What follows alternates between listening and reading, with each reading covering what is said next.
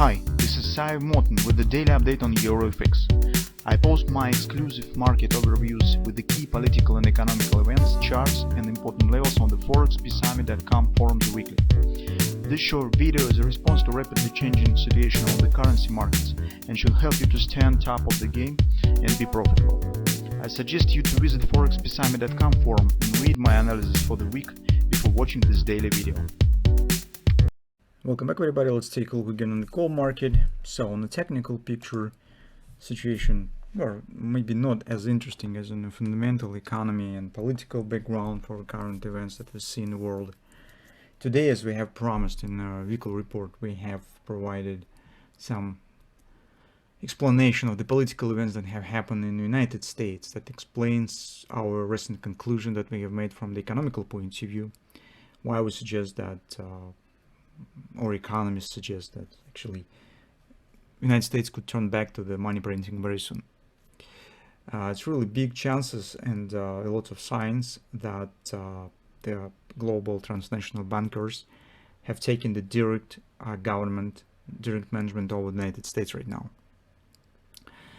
So, and currently it is, although it's some misunderstanding and mess with the understanding of who really managed and controlled the United States, because as you know, Joe Biden delegated some power to representatives of different government authorities in different subjects on Ukraine and the financing sphere and so on.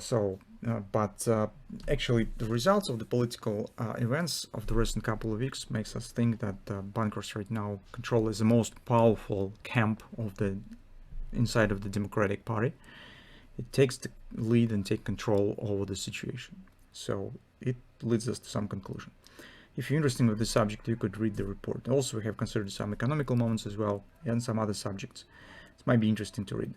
So on the technical point of view, mostly we have the same two backgrounds. First is a bearish background on the high time frames, weekly, daily, that is based on a weekly grabber that's still valid and suggests downside action. If you remember, those who would like to deal with this pattern have to wait for a bounce. Finally, you could see that we've got the first signs of this bounce. Unfortunately, we can't treat it anymore as a bread and butter, but anyway, this momentum really looks great, and that makes us think that market still could reach the 24, even slightly high, 24.10 area maybe, that we mentioned last week. So you could see that bullish stretch stands in action. So the combination of the fib level and oversold on the daily chart shows the reaction. That's how usually stretch works. This is just an upward directional pattern.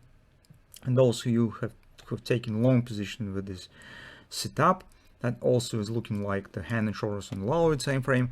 All the stuff we have discussed in the recent few sessions of the last week, this week, sorry.